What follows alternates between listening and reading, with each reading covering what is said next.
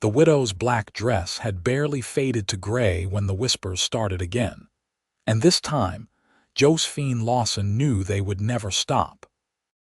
She stood on the porch of her small ranch house outside Shafter, Texas, watching the dust devils dance across the parched earth of 1887, and wondered if the townspeople were right.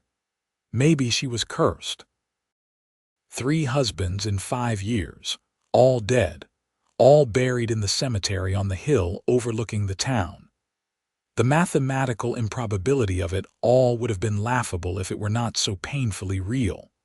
Her first husband, Thomas, had been thrown from his horse when a rattlesnake spooked the animal. He broke his neck on the rocks below. She was 19 then, barely a bride of 3 months. The second, William, died of cholera during an outbreak that swept through West Texas. That marriage lasted 8 months. And the third, Robert, just 6 months ago, had been shot in a dispute over cattle rights with a neighboring rancher. Self-defense, they said, but Robert was still dead, and she was still alone. Josephine was only 24 years old, but she felt ancient. The women of Shafter crossed themselves when she passed. The men tipped their hats but avoided her eyes. Even Reverend Patterson seemed uncomfortable when she attended Sunday services, as if death itself sat in the pew beside her. She had stopped going to town 3 weeks ago. Her ranch hand, old Miguel, picked up supplies for her now. He was the only person who still treated her like a human being instead of a walking omen. The isolation was crushing her spirit day by day, but she refused to leave. This land, this small ranch with its struggling cattle and stubborn earth, was all she had left. Her parents were dead, killed in a stagecoach accident when she was 17. She had no siblings, no family to return to. This was her home, curse or no curse. The afternoon sun beat down mercilessly as Josephine walked to the barn to check on the horses. Miguel had gone into town, and she was alone with her thoughts, which was increasingly dangerous territory. She had started talking to herself, to the animals, to the wind. Anything to break the silence that threatened to swallow her whole. She was brushing down her mare, Sadie, when she heard the sound of approaching hoofbeats. Her hand instinctively went to the rifle she now kept nearby at all times.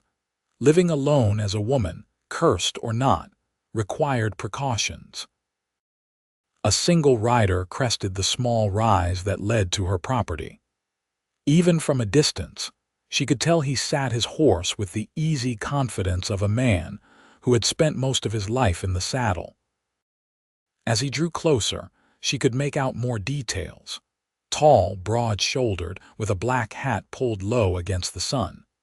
He rode a magnificent buckskin gelding that moved with a smooth, ground-eating gait. Josephine stepped out of the barn, rifle held loosely but ready. The rider saw her and slowed his horse to a walk, then stopped about 20 feet away. He raised both hands slightly, showing he meant no threat. "Afternoon, madam," he called out. His voice was deep and carried easily across the distance between them. "I'm looking for the Lawson Ranch. Miguel in town said I might find work here." "Miguel said that, did he?" Josephine kept her voice neutral. She had not told Miguel she was looking to hire anyone. In fact, she had been trying to manage with just his part-time help because she could barely afford more. "Yes, madam. Said you needed help with fence repairs and getting ready for the winter." The rider slowly lowered his hands. "Name's Lucas Thompson. I'm a fair hand with cattle, horses, and just about anything else that needs doing on a ranch." Josephine studied him carefully. He was younger than she had first thought, probably close to her own age, maybe 26 or 27. He had a strong jaw darkened by a few days' worth of stubble, and even from this distance, she could see his eyes were a startling shade of blue. There was something open and honest in his face that she had not seen in a long time. Most people who looked at her now had either pity or fear in their eyes. "I have not advertised for help," she said carefully. Miguel seemed to think you could use it anyway. Lucas gestured toward the fence line visible from where they stood. No offense, madam, but those posts are leaning pretty hard.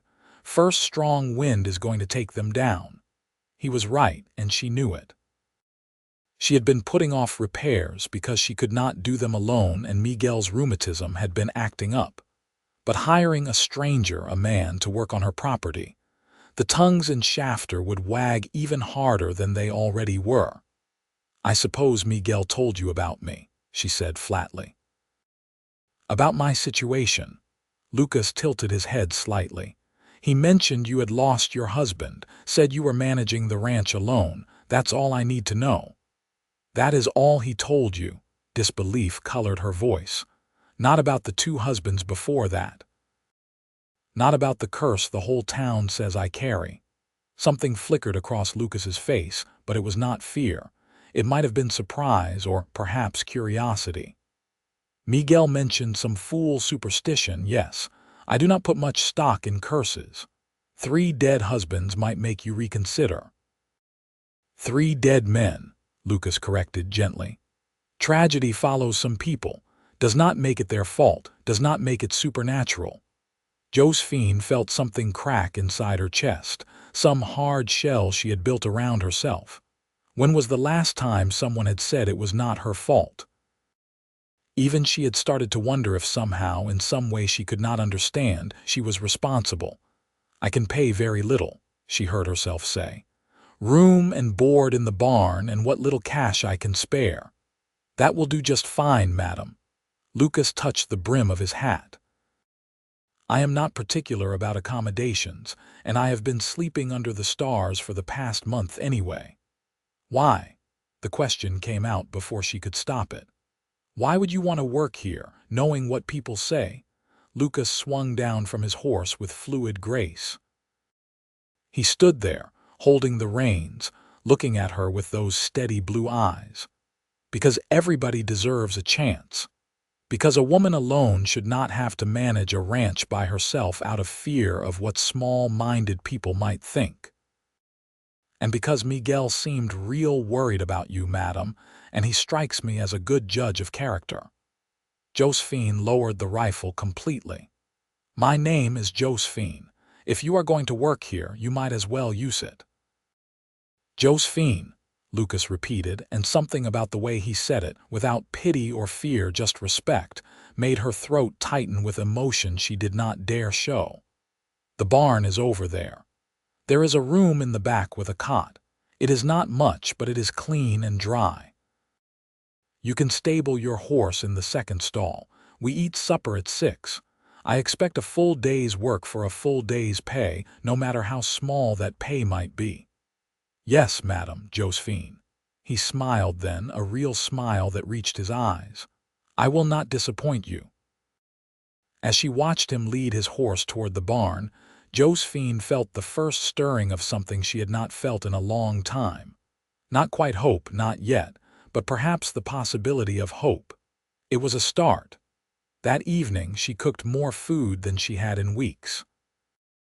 She told herself it was just because she had to feed a ranch hand, nothing more. But when Lucas came to the house, hat in hand, his hair damp from washing at the pump, she found herself caring what he thought of the simple meal of beef stew and cornbread.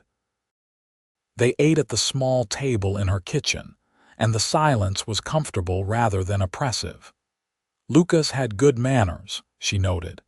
He waited until she sat before taking his own seat, thanked her for the food, and ate with appreciation but not greed. This is mighty fine, he said after his first few bites. Best meal I have had in a long while. Thank you. It is nothing special. Special is relative. When you have been eating your own poor cooking over a campfire, anything tastes like a feast. He grinned, and she found herself almost smiling back. Where are you from, Lucas? She surprised herself by asking. She had not made conversation with anyone but Miguel in weeks. Originally, Missouri, but I have been drifting for about 5 years now. Worked ranches in Kansas, Oklahoma, Up in Colorado for a winter, though I do not recommend that. Man can freeze his toes off up there. What brought you to Texas? He was quiet for a moment, chewing thoughtfully. Looking for a place to settle, I suppose. I am tired of drifting. Figured Texas was as good a place as any to put down roots. Shafter is small, not much opportunity here. Maybe that is what I am looking for, something small and honest, hard work, simple living. He looked at her directly. What about you? Are you from here? I am from Kansas originally. My parents moved here when I was 16, looking for better opportunities. They died a year later. I met my first husband shortly after. She said it matter-of-factly, but the words still hurt. I am sorry. That is a lot of loss for one person. It seems to be my specialty, she said with a bitterness she could not quite hide. Or you have just had extraordinarily bad luck. Lucas set down his spoon. Josephine, can I speak plainly? She nodded, uncertain what he would say. I think you have been carrying a burden that is not yours to carry. Bad things happen. People die. It is the way of the world, hard as that is. But that does not make you responsible. That does not make you cursed. The town thinks differently. The town is scared. People always look for explanations when bad things happen. They want to believe there is a reason, even if that reason is superstition. Makes them feel safer, like if they just avoid the cursed person, nothing bad will happen to them. You talk like you have experience with this. Different situation, but yeah. My brother died when I was 20. Influenza. People treated my family like we were contagious for months after, even though you cannot catch influenza from a dead man. Fear makes people cruel without them even meaning to be. Josephine felt a connection forming, delicate as spider silk. Here was someone who understood at least a little. I am sorry about your brother. I am sorry about your husbands, all three of them. That is a heavy weight to carry. They finished their meal in companionable silence. When Lucas thanked her and headed back to the barn, Josephine found herself standing at the window, watching him go. She did not know what to make of Lucas Thompson. He was either the bravest man she had ever met or the biggest fool. Time would tell which. The next morning, Josephine woke before dawn, as was her habit. She dressed quickly, pulled her long dark hair into a practical bun, and went out to start the day's chores. She was surprised to find Lucas already up, working on the fence posts he had mentioned the day before. "You are up early," she called out as she approached. He looked up from where he was digging out a rotted post. Even in the dim pre-dawn light, she could see the sweat already on his brow. Habit. Figure the cool morning is the best time for the heavy work. Gets too hot by midday. That is good thinking. She paused, unsure how to proceed. She was not used to having help, not used to coordinating with someone else. I was going to check on the cattle in the north pasture. We have about 40 head, and I like to make sure none have wandered off or gotten into trouble. Want company? Lucas straightened up. Extra pair of eyes never hurts. They saddled up together, and Josephine found herself relaxing into the familiar rhythm of ranch work. Lucas was competent with horses, she noted with approval. He handled his buckskin gelding, which he called Buck, with gentle firmness. As they rode across her land, the sun began to rise, painting the Texas sky in shades of pink and gold. The desert landscape had a harsh beauty to it, all scrub brush and rocky soil, but Josephine loved it. This was home for better or worse. How long have you owned this place? Lucas asked as they rode. It was my first husband's, Thomas. He left it to me when he died. My other husbands moved in here with me. I suppose I have owned it outright for 5 years now, though it does not always feel like mine. Why not? She considered the question. I do not know. Maybe because I have always shared it with someone or been in mourning for someone. I have never just been here, alone as myself. Well, now is your chance. Lucas gestured at the land around them. No one to answer to. You can run this place however you see fit. If I can keep it running at all. The cattle market is not what it used to be, and I lost some head last winter to disease. Markets always fluctuate. The key is diversifying. You ever think about horses? Good horses always have value. I have thought about it. I have good bloodlines in Sadie, my mare. But horse breeding takes capital I do not have. Takes time more than money. You have the land, you have good stock to start with. Just something to consider. They found the cattle scattered across the north pasture, grazing peacefully. Josephine counted them carefully, relieved to find all accounted for. A few of the cows were heavily pregnant, due to calve in the next month. That was good. New calves meant potential income if she could get them to market. As they rode back, Lucas asked, "Do you mind if I ask what your husbands were like? I understand if you would rather not talk about it." Josephine was quiet for a long moment. No one had asked her that in a long time. They asked how they died, but never who they were. Thomas was gentle. He loved this land more than anything. He used to talk about building it into something great. William was from back east. He never quite adjusted to Texas, I think. He missed the green and the rain. But he tried hard to make me happy, and Robert was. She trailed off, searching for the right words. Robert was complicated. He had a temper. He was not cruel, but he was not easy either. I think he resented that this was my land, my ranch. It ate at him. Did you love them? The question was direct but not unkind. Josephine appreciated the honesty. I cared for them. Thomas, maybe I could have loved given time. William was a good man and I respected him. Robert, I tried, but he made it hard. That is honest. I've had a lot of time to think about it. Too much time, probably. She glanced at Lucas. What about you? Ever been married? No, came close once. Girl I knew in Missouri, but I got the drifting urge and she wanted to stay put. She married a shopkeeper. Last I heard she was happy. That is enough. Do you ever regret it? Sometimes. But we wanted different things. That is no foundation for a marriage. They rode in silence for a while, and Josephine found herself studying Lucas from the corner of her eye. He sat his horse well, moved with the animal rather than against it. His hands on the reins were steady and sure. There was a competence to him that she found reassuring. After so much chaos and loss, competence was attractive back at the ranch. They worked through the day in an easy partnership that surprised Josephine. Lucas fixed the fence posts while she worked in the vegetable garden she had been neglecting.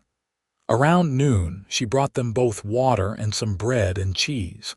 They sat in the shade of the barn, eating and not talking, and it felt natural. "Can I ask you something?" Lucas said after a while. "You seem to ask a lot of questions." But she was smiling slightly as she said it, curious by nature, but this one is important. He turned to look at her directly. "What do you want? Not what the town wants, not what circumstances have forced on you. What do you want?"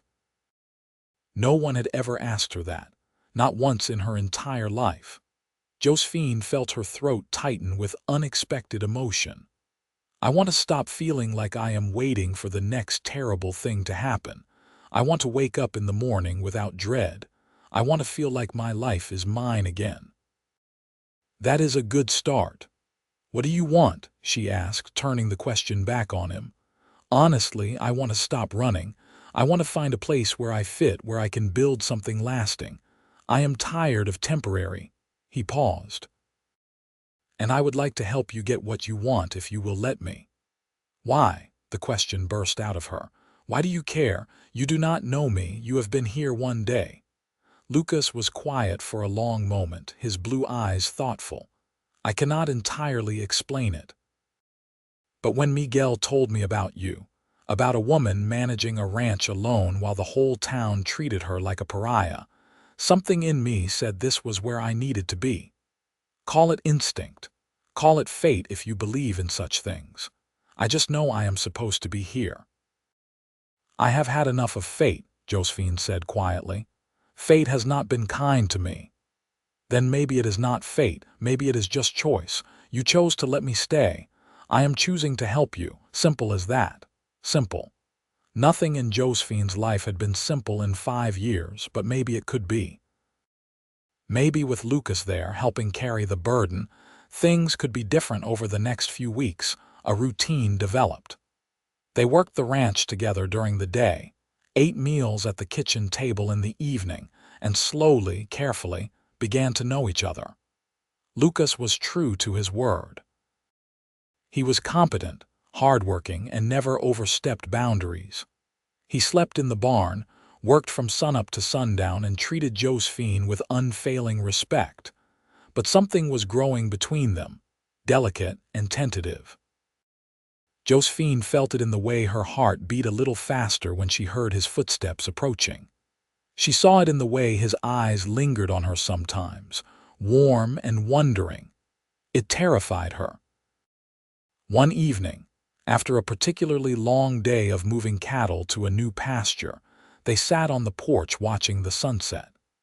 Miguel had been by earlier and reported that the talk in town had shifted from Josephine being cursed to speculation about her and Lucas. "Miguel says people are talking," Josephine said, breaking the comfortable silence.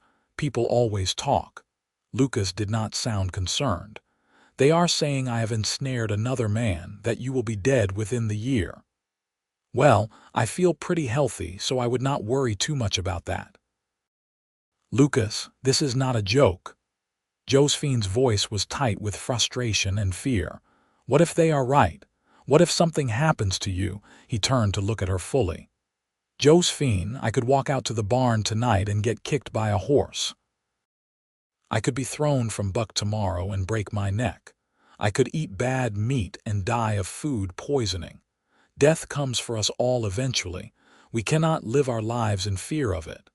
Easy to say when you have not watched 3 people you were married to die. You are right. I have not experienced that, and I cannot imagine how hard it has been." He moved closer, not touching her but near enough that she could feel the warmth of him. "But I refuse to believe that you are cursed. I refuse to believe that caring about you is a death sentence. Caring about me." Her voice came out barely above a whisper. "Yes, caring about you. Is that so surprising, after everything?" "Yes." "Well, surprise." He smiled gently. "I have grown to care about you, Josephine Lawson. You are strong, capable, kind, despite everything life has thrown at you. You love this land and work it with your own hands. You treat Miguel with respect when he is just a hired hand. You talk to your horses like they are friends. How could I not care about you?" Tears pricked at Josephine's eyes. "I am afraid," she whispered. "I am so afraid, Lucas. I know. But you cannot let fear run your life. That is not living. That is just surviving. Surviving is all I have managed for 5 years. Then maybe it is time to try living again." He reached out slowly, giving her time to pull away, and took her hand. His palm was calloused and warm, and the simple touch sent electricity through her. "I am not going anywhere, Josephine. I am not afraid of curses or town gossip or bad luck. I am here and I am staying." "You cannot promise that. No one can." "You are right. I cannot promise I will live forever. But I can promise that whatever time I have, I would like to spend it here, with you, if you will have me." Josephine looked at their joined hands, then up at his face. His blue eyes were steady and sure, full of a warmth that made her chest ache. "This is madness," she said, but she did not pull her hand away. "Maybe, or maybe it is the sanest thing either of us has done in a long time." That night, Josephine lay in her bed, unable to sleep. Her hand still tingled where Lucas had held it. She was terrified, but beneath the terror was something else. A tiny flame of hope, of possibility, of the faintest suggestion that maybe, just maybe, happiness was not forever beyond her reach. The next few days were strange. Nothing had changed, and yet everything had. They still worked side by side, still ate meals together, but now there was an awareness between them, electricity in the air. Josephine caught Lucas watching her sometimes with such open tenderness that it made her breath catch. She found herself doing the same, studying the way he moved, the sound of his laugh, the strength in his hands as he worked. Miguel noticed, of course. He cornered Josephine one afternoon while Lucas was out checking fence lines. "That is a good man," the old ranch hand said without preamble. "Yes, he is," Josephine agreed. "You care for him." It was not a question, but Josephine answered anyway. "I do, God help me, I do." "Then why do you look so sad about it?" "Because I am terrified, Miguel. What if the town is right? What if I am cursed? I could not bear it if something happened to Lucas because of me." Miguel's weathered face was kind. "Señora, I am an old man. I have seen much in my life, and I can tell you there is no such thing as curses, only bad luck and good luck, and both come to us all in turn. You have had more than your share of bad. Maybe now is your time for good. Or maybe I am being selfish. Maybe I should send him away to keep him safe." "You think he would go?" Miguel raised his eyebrows. "I have spoken with Lucas. That man has made his choice. You could order him to leave, and he would probably just camp on your property line and continue working the ranch from there." Despite herself, Josephine smiled. "He is stubborn. So are you. You are well matched." Miguel patted her shoulder. "Do not let fear rob you of happiness, Señora. You deserve to be happy." That evening, Josephine made a special effort with supper. She used the last of her good flour to make biscuits, cooked a roast with vegetables, even opened a jar of the peach preserves she had been saving. When Lucas came in, he stopped in the doorway, taking in the spread on the table. "What is the occasion?" he asked. "No occasion, I just thought we could use a nice meal." She was suddenly nervous, fussing with the placement of the dishes. "It looks wonderful." Lucas washed up and sat down, and they began to eat. After a few minutes of silence, he said, "Josephine, I have been thinking." Her heart jumped. "About what?" "About the future. About what I want and what I think you might want if you would let yourself want it." "Lucas, let me finish, please." He set down his fork and looked at her with those steady blue eyes. "I know you are scared. I know you have every reason to be, but I am not your previous husbands. I am not reckless like one, or unprepared for this life like another, or resentful of your strength like the third. I am my own man, and I know what I am getting into. You cannot know that. I know enough. I know that I have fallen in love with you, Josephine. I know that I want to spend my life here, working this ranch with you, building something lasting. I know that I want to wake up every morning and see your face and go to bed every night knowing you are safe and cared for." Josephine felt tears streaming down her face. "How can you say that? We have only known each other a few weeks. Sometimes that is all it takes. Sometimes you just know." He reached across the table and took both her hands. "I am not asking you to marry me tomorrow. I am not asking you to rush into anything. I am just asking you to give us, a chance. To stop letting fear make your decisions. And if something happens to you, if the curse is real, then at least I will have lived truly and loved fully. That is more than most people get. But I do not believe in curses, Josephine. I believe in bad luck and coincidence. I believe in taking chances on the things that matter. And you matter to me." Josephine was openly crying now, years of pent-up fear and loneliness pouring out.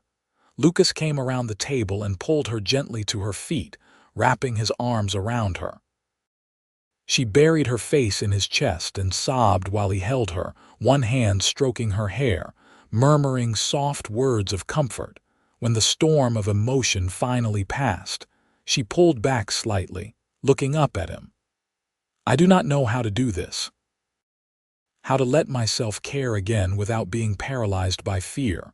One day at a time, one moment at a time, we will figure it out together. I do care for you, Lucas, more than I should after such a short time. It terrifies me. I know, but we cannot let terror win. He cupped her face gently, his thumbs wiping away the last of her tears. I am here. I am solid and real and not going anywhere. Josephine rose on her toes and kissed him. It was tentative at first, afraid, but Lucas responded with such tenderness that she melted into it. His arms tightened around her, and for the first time in 5 years, Josephine felt safe. Truly, completely safe when they finally broke apart. Both breathing hard, Lucas rested his forehead against hers. I love you, he said simply. Whatever happens, whatever the future brings, that is true right now in this moment. I love you too, Josephine whispered, and saying it felt like jumping off a cliff, terrifying and exhilarating at once. They stood there in the kitchen, holding each other as the light faded outside and the candles burned low. It was a moment of peace, of possibility, of hope Josephine had thought lost forever. Over the next few months, their relationship deepened. Lucas continued to sleep in the barn, insisting on propriety despite their declared feelings. I will not give this town any more reason to gossip about you, he said firmly. When we do this, we will do it right. Josephine appreciated his respect, even as she found herself lying awake at night, wishing he was closer. But she understood. After everything, doing things properly mattered. The ranch prospered under their joint management. Lucas had a gift for training horses, and they began a modest breeding program with Sadie and a stud horse Lucas found in a nearby town. The cattle herd grew healthier under their careful management. They fixed every fence, repaired the barn roof, and even managed to improve the irrigation to the vegetable garden, but it was not all smooth sailing. The town's reaction to Lucas was mixed at best. Some people admired his courage in working for the cursed widow. Others thought he was a fool courting death. A few even took bets on how long he would last. One day, about 4 months after Lucas arrived, trouble came calling in the form of a drunk cowboy named Pete Stinson. He rode up to the ranch in mid-afternoon, clearly having started drinking early in the day. Where is the widow? He shouted from his horse. The widow Lawson who kills her men. Josephine was in the house, but she heard the commotion and came out, Lucas appearing from the barn at the same time. What do you want? She called out, keeping her voice steady. I want to see the woman who is fixing to kill another man, Pete slurred. How long you think this one will last, widow? My money says he will not see Christmas. That is enough, Lucas said, his voice hard. You need to leave. Now. Or what? You will defend the cursed woman's honor. You are as good as dead already, cowboy. I said leave. Lucas had not raised his voice, but there was steel in it that made even drunk Pete take notice. Fine, fine. But do not say you were not warned. When you are in the ground with the others, remember old Pete tried to save you. He wheeled his horse around sloppily and rode off, still muttering. Josephine felt her hands shaking. Lucas came to her immediately, taking her arms gently. He is just a drunk fool. Ignore him. That is what people think, Lucas, that I am going to kill you. Let them think what they want. I am not dead yet, and I do not plan to be any time soon. But even as he said it, Josephine saw a flicker of something in his eyes. Not fear exactly. Maybe concern about how the town's attitude was affecting her. That night they talked long into the evening. Maybe we should leave, Josephine suggested. Start over somewhere where no one knows about my past. Is that what you want, to let them run you off your own land? I want you safe. I am safe. I am exactly where I want to be. Lucas took her hands. Listen to me. We cannot live our lives based on other people's superstitions. This is your home. You have worked too hard, sacrificed too much to let ignorant gossip drive you away. But what if they are right? They are not right. It has been 4 months, Josephine. 4 months of me working this ranch, eating your cooking, riding these pastures. Nothing bad has happened. Does not that tell you something? She wanted to believe him. She wanted so badly to believe that maybe the string of bad luck had run its course, that maybe she could have happiness without it being snatched away. But 5 years of tragedy had made hope a difficult thing to hold on to. As if reading her thoughts, Lucas said, "I have an idea. Something that might help both of us." "What?" "Let us go into town together. Sunday to church. Let us walk in there side by side and show everyone that we are not afraid, that we are building a life together and their gossip cannot touch us." Josephine's first instinct was to refuse. She had not been to church since Robert's funeral 6 months ago. The thought of all those eyes on her, all those whispers, made her stomach churn. But then she thought about what Lucas had said, about not letting fear make her decisions, about living instead of just surviving. "All right," she said, surprising herself. "We will go to church on Sunday." Lucas smiled, that warm smile that made her heart skip. "That is my brave girl." Sunday morning dawned clear and hot.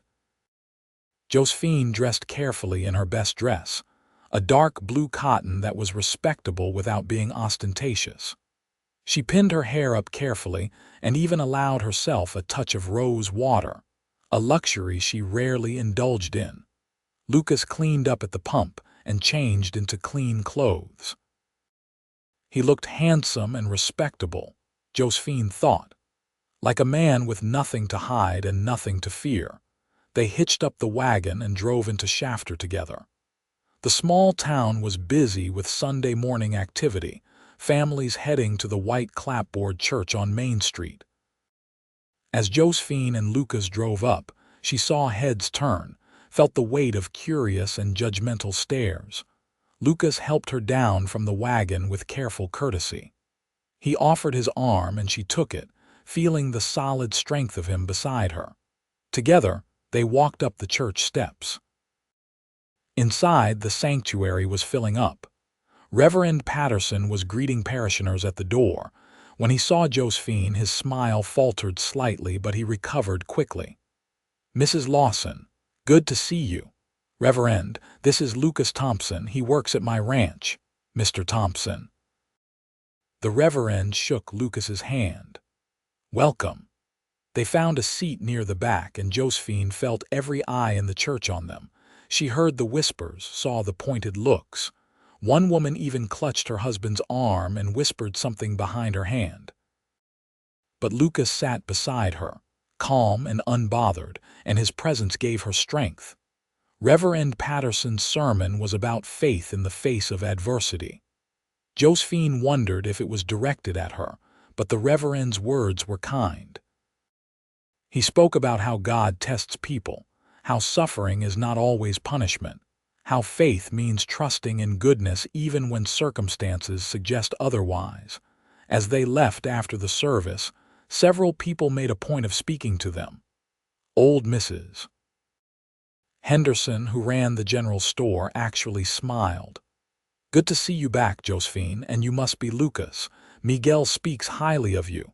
"Thank you, madam." But not everyone was welcoming. Pete Stinson was there with his brother, both of them looking at Lucas with a mixture of pity and amusement. "Still alive, I see," Pete called out. "Give it time." "Pete, that is enough," Reverend Patterson said firmly. "This is the Lord's house. Keep your gossip outside." Miguel appeared at their side, his weathered face creased with a smile. "Señora, it is good to see you here. And Lucas, you are well." "Very well, Miguel, thank you." As they drove back to the ranch, Josephine felt something shift inside her. It had not been easy facing the town. But they had done it together, and the sky had not fallen. Lightning had not struck. It was just another day, another choice to keep living. "Thank you," she said to Lucas as they pulled up to the ranch. "For what?" "For making me do that. For being there with me. Always." He helped her down from the wagon and held her for a moment. "We are in this together, Josephine, whatever comes. I am starting to believe that. Good, because I have been thinking." "About what?" Lucas took a deep breath. "About us. About the future." Josephine, I know we said we would take things slow, but it has been 4 months. 4 good months. I love you more every day, and I cannot imagine my life without you in it. Josephine's heart began to race. Lucas, I want to marry you. Not because I am reckless, and not because I do not understand what I am asking, but because I love you and because I believe in us. I believe we can build a good life together. He pulled a small box from his pocket. Inside was a simple gold band. It is not much. I wish I could give you diamonds and pearls, but this is what I can afford. I bought it in town last week. Tears filled Josephine's eyes. You have been planning this. I have been thinking about it since the day I met you, but I did not want to rush you. I have been waiting for the right moment. He took the ring out of the box. Josephine Lawson, will you marry me? Will you let me be your husband and prove to this whole damn town that curses are nonsense and love is real? She should say no. The sensible part of her brain screamed at her to refuse, to protect him, to send him away before something terrible happened. But a deeper, truer part of her knew that Lucas was right. They could not live in fear. They had to take the leap. Yes, she whispered. Yes, I will marry you. Lucas's face broke into the biggest smile she had ever seen. He slipped the ring onto her finger, then pulled her into a kiss that was equal parts joy and relief and promise. When they broke apart, both were crying. "Fourth time's blessed," Lucas said, and for the first time, Josephine let herself believe it might be true. They decided on a small ceremony, just Miguel and a few of Lucas's friends from neighboring ranches. Reverend Patterson agreed to perform the service at the ranch itself, which suited Josephine fine. She had no desire for a big public spectacle. The weeks leading up to the wedding were both joyful and anxious. Josephine found herself swinging between giddy happiness and sharp terror. What if something happened to Lucas before the wedding? What if the curse struck again? But Lucas was patient with her fears.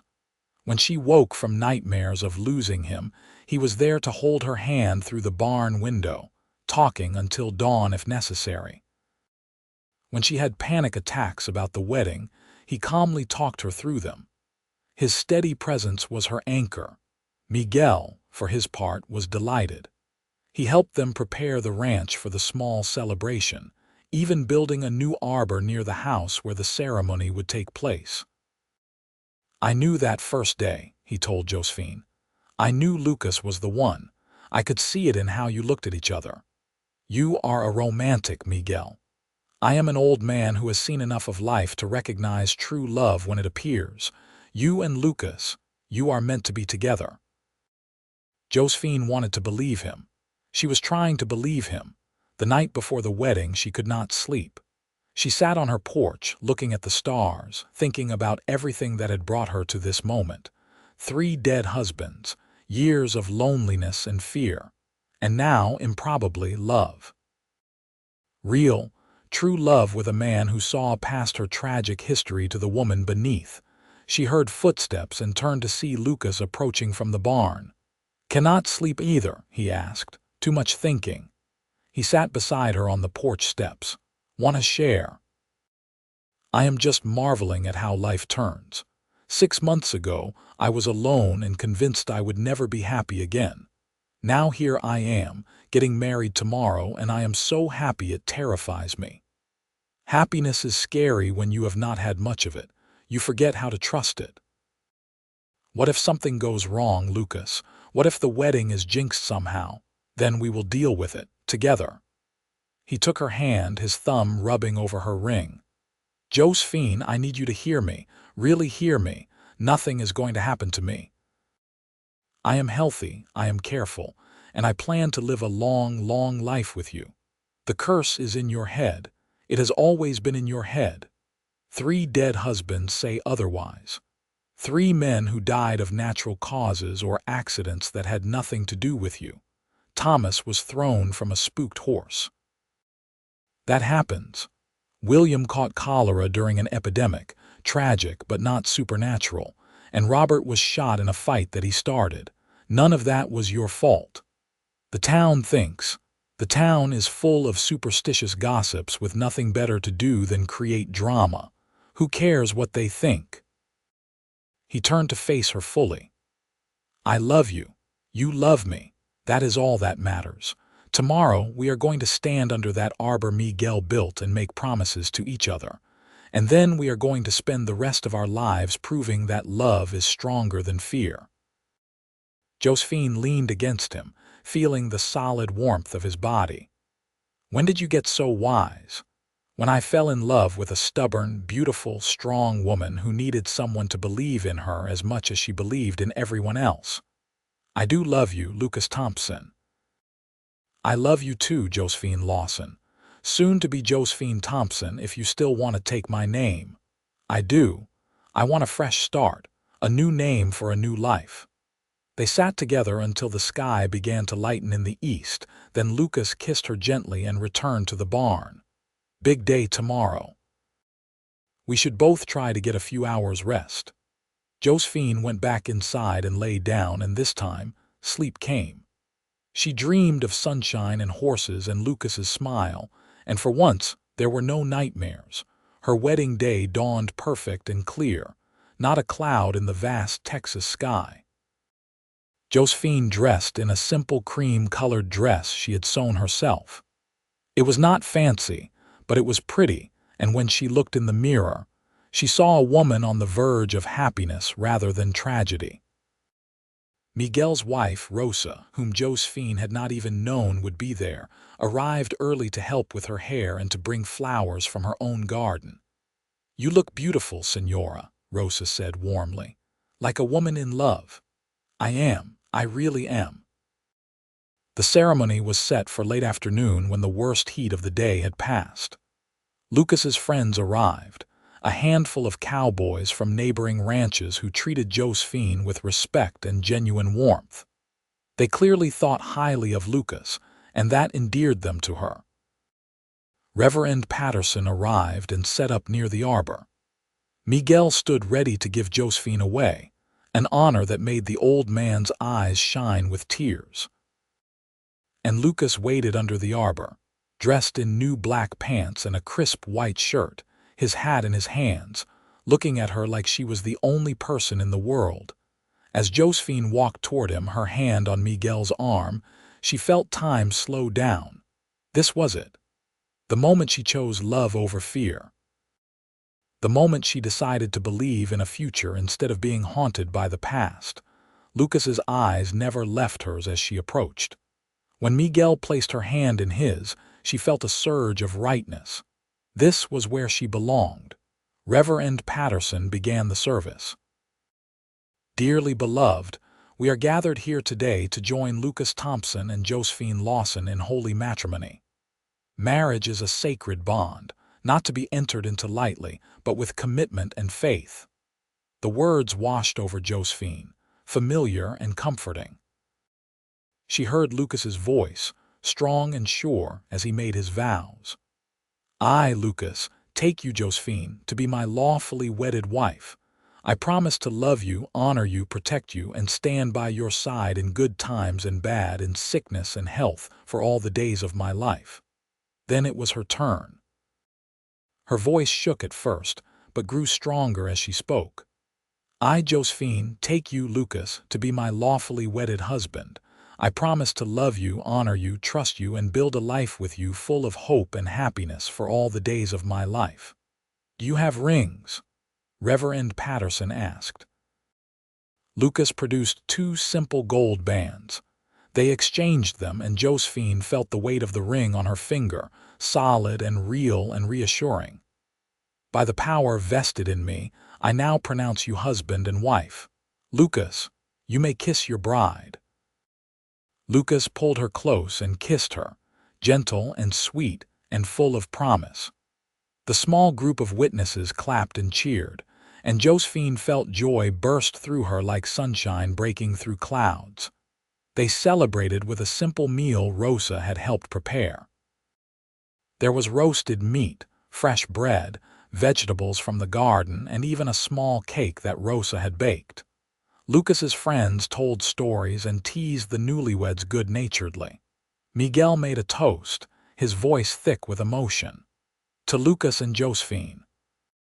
May their love be strong, their life together be long, and their happiness be endless.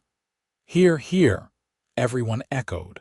As the sun set and their guests began to leave, Lucas and Josephine stood together, watching the sky turn from gold to pink to purple. We did it, Lucas said quietly. We are married. We are. Josephine leaned against him.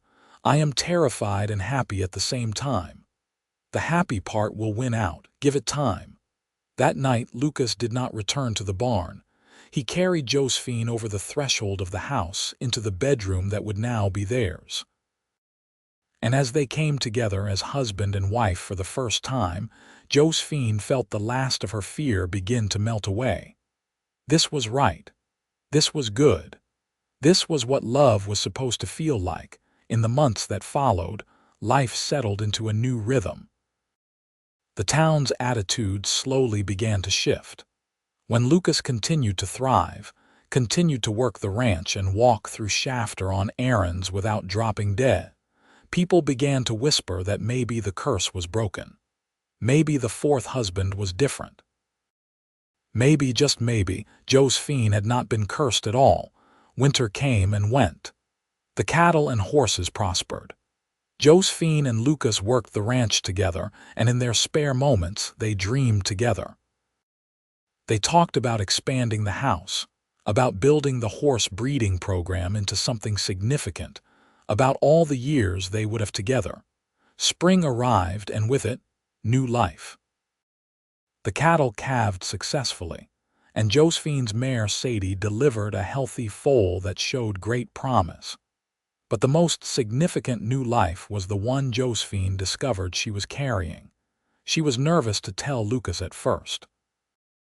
After everything, the thought of bringing a child into the world felt both miraculous and terrifying. But when she finally shared the news, Lucas's face lit up with such pure joy that her fears quieted. "A baby," he breathed, placing his hand gently on her still flat stomach. "We are going to have a baby. Are you happy?" she asked, needing to hear him say it. Happy does not even begin to cover it. He pulled her close. "Josephine, you have given me everything. A home, a purpose, love, and now this. How could I be anything but grateful? I am scared," she admitted. "I know. But we are going to do this together, just like everything else. We are going to bring this child into a home full of love. It is going to be amazing." The pregnancy was not easy. Josephine struggled with sickness in the early months and fatigue throughout. But Lucas was endlessly patient, taking on more of the ranch work, insisting she rest, bringing her whatever she needed. Miguel and Rosa rallied around them as well, Rosa especially proving to be a font of advice and comfort. As her belly grew, so did the town's acceptance.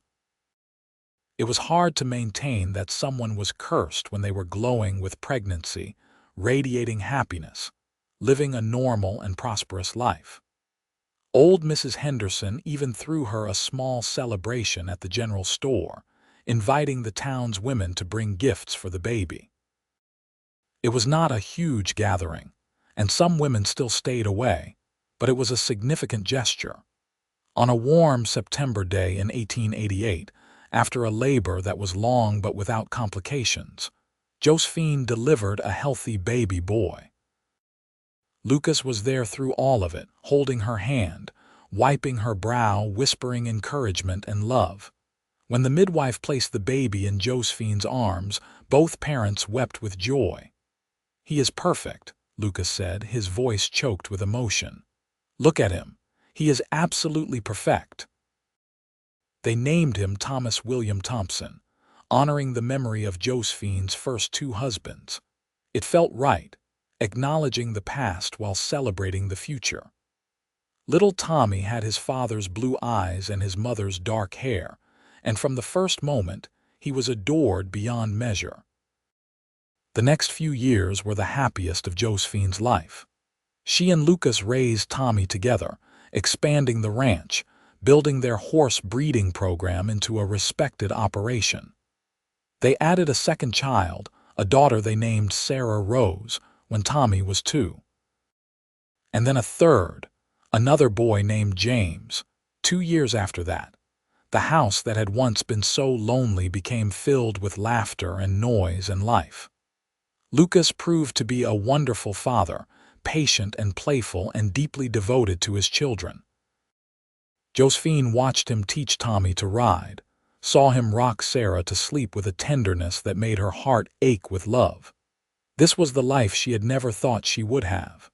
This was happiness beyond her wildest dreams. The town's attitude completed its transformation. No one spoke of curses anymore.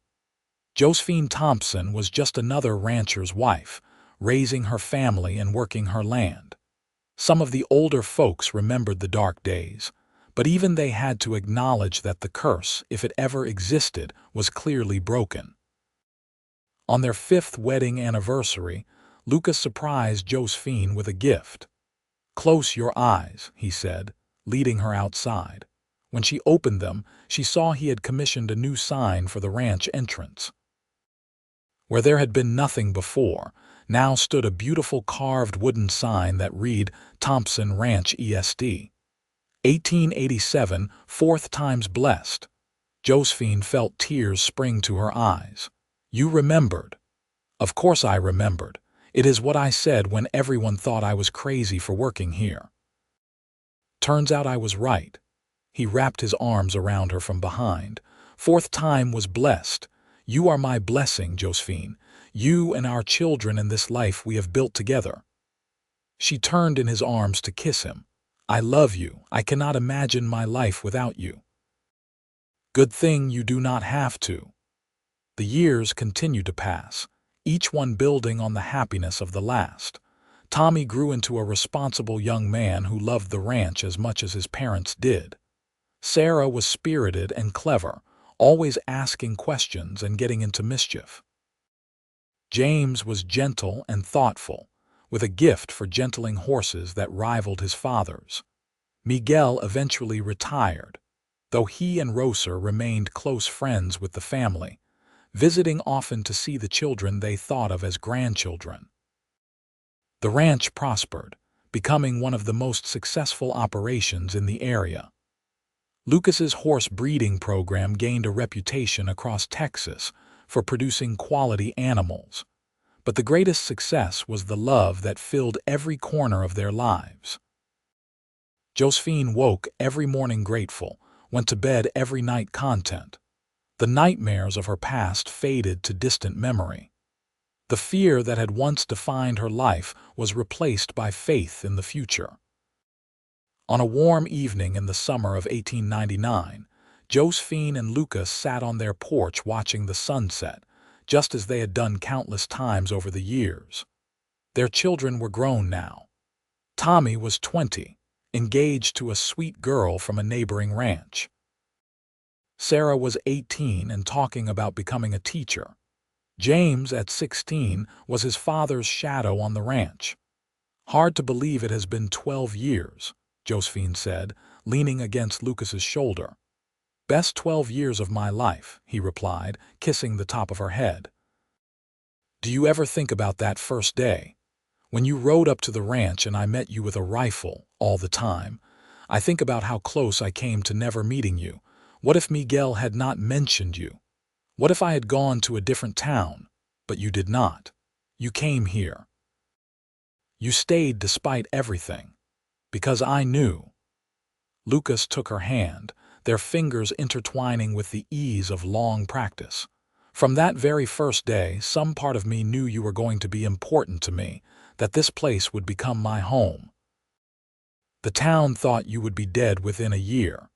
Pete Stinson especially. I ran into him last month in town. He actually apologized, if you can believe it. Said he was a fool and he is glad he was wrong." Josephine smiled. "The curse of the widow Lawson. It seems so long ago now. Like it happened to a different person. In a way, it did. You are not that scared, lonely woman anymore. You are Josephine Thompson, successful rancher, mother of 3 and the love of my life. And you are the man who saved me, who refused to believe in curses and taught me how to hope again. We saved each other. Lucas pulled her closer. That is what love does. It saves us from ourselves, from our fears, from our loneliness. It makes us better than we could ever be alone. They sat in comfortable silence, watching as the sun painted the sky in shades of gold and crimson. In the distance, they could hear Tommy working with a young horse in the corral, Sarah practicing her teaching lessons with James as her reluctant student. The sounds of family, of home, of a life well lived. "You have any regrets?" Josephine asked softly. Lucas was quiet for a moment, considering. "Not a single one. Every choice I made, every road I took led me here to you. How could I regret that, even the hard times? The town gossip, the struggle to make people accept us, especially those times. They made us stronger. They proved our love was real and worth fighting for." He turned to look at her, his blue eyes still as clear and honest as the day they met. "You are my greatest adventure, Josephine, my greatest treasure. I would do it all again in a heartbeat." Josephine felt her eyes fill with happy tears. After everything she had been through, all the loss and pain and fear, she had found this. True love, lasting happiness, a family and a home and a future bright with promise. "I love you, Lucas Thompson. Thank you for being brave enough to see past the curse to the woman underneath." "I love you, Josephine Thompson. Thank you for being brave enough to let me in." As darkness fell and the stars began to appear in the vast Texas sky, they remained on the porch, holding each other, content in the knowledge that they had beaten the odds. The curse was broken, replaced by a blessing that would last all their days. Fourth Time was indeed blessed, and their love story would be told in Shafter for generations to come. Not as a cautionary tale of curses and tragedy, but as a testament to the power of love over fear, of hope over despair, of choosing to believe in happiness even when the world says it is impossible. Lucas had seen a woman in need and offered his help without reservation. Josephine had found the courage to trust again, to love again, to believe in a future she thought was lost forever. Together, they had built something beautiful out of the ashes of tragedy. They had created a family, a home, a legacy of love that would outlast them both. And every day, in small ways and large, they proved that curses only have power if you believe in them. But love has power even when you do not. The Thompson Ranch continued to thrive for decades. Tommy took over the operation eventually, running it with his wife and raising his own children there. Sarah did become a teacher, one of the most beloved in the county, though she always made time to visit the ranch where she grew up. James stayed on the land, working alongside his brother, never quite able to imagine living anywhere else. Lucas and Josephine grew old together, their love deepening with each passing year. They became grandparents, then great-grandparents, their legacy spreading across Texas in the form of children and grandchildren who carried their values of hard work, loyalty, and above all, love. When Lucas finally passed away in 1925 at the age of 64, it was peacefully in his sleep, his hand clasped in Josephine's. He had lived a full, rich life, proving once and for all that the curse had never been real. Josephine mourned him deeply, but without the despair that had marked her earlier losses. This was different. They had had 38 years together, had built a beautiful life, had loved each other every single day. That was not tragedy. That was blessing. She lived another 3 years, surrounded by family, before joining Lucas in the cemetery on the hill. But her grave bore not the name of a cursed widow, but that of a beloved wife, mother, grandmother, and great-grandmother. And on her headstone, at the request of her children, were the words Lucas had spoken all those years ago. 4 times blessed, The story of Josephine and Lucas became legend in Shafter, passed down through generations. It was told to young couples struggling with doubt, to those facing adversity, to anyone who needed to believe that love could conquer even the darkest circumstances. The Thompson Ranch remained in the family for over 100 years, a testament to what two people could build when they chose faith over fear. And sometimes, on warm summer evenings, when the sunset painted the Texas sky in gold and crimson, people claimed they could see two figures sitting on the porch of the old Thompson house. A man and a woman, holding hands, watching the day fade into night. Whether it was memory or ghost or simply the power of a love story so strong it imprinted itself on the land, no one could say. But everyone agreed on one thing: if spirits could be happy, these two surely were, because theirs was not a story of curses and tragedy, despite how it began. It was a story of courage and redemption, of choosing love in the face of fear, of refusing to let the past dictate the future.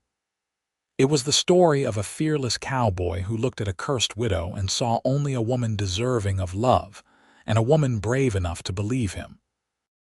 Fourth Time was blessed indeed, and that blessing echoed through generations, a reminder that sometimes the greatest act of courage is simply allowing yourself to be happy, to trust in love, to believe that after darkness comes dawn. Lucas and Josephine Thompson had proven that truth beyond any doubt, and their love story would never be forgotten. In the end, that is what matters most. Not how many times we fall, but that we find the courage to rise again. Not how many losses we endure, but that we remain open to love. Not the curses we imagine we carry, but the blessings we choose to embrace. Josephine had learned that lesson through years of pain, and Lucas had taught her through unwavering devotion that she deserved happiness. Their story was complete, their ending happy, their legacy secure. And in a small town in Texas called Shafter, the Thompson name was spoken with respect and fondness. A family built on love that conquered fear, faith that overcame doubt, and courage that refused to yield to superstition. The curse, if it ever existed, was broken not by magic or divine intervention, but by the simple, powerful choice to love anyway. And that, perhaps, is the greatest magic of all.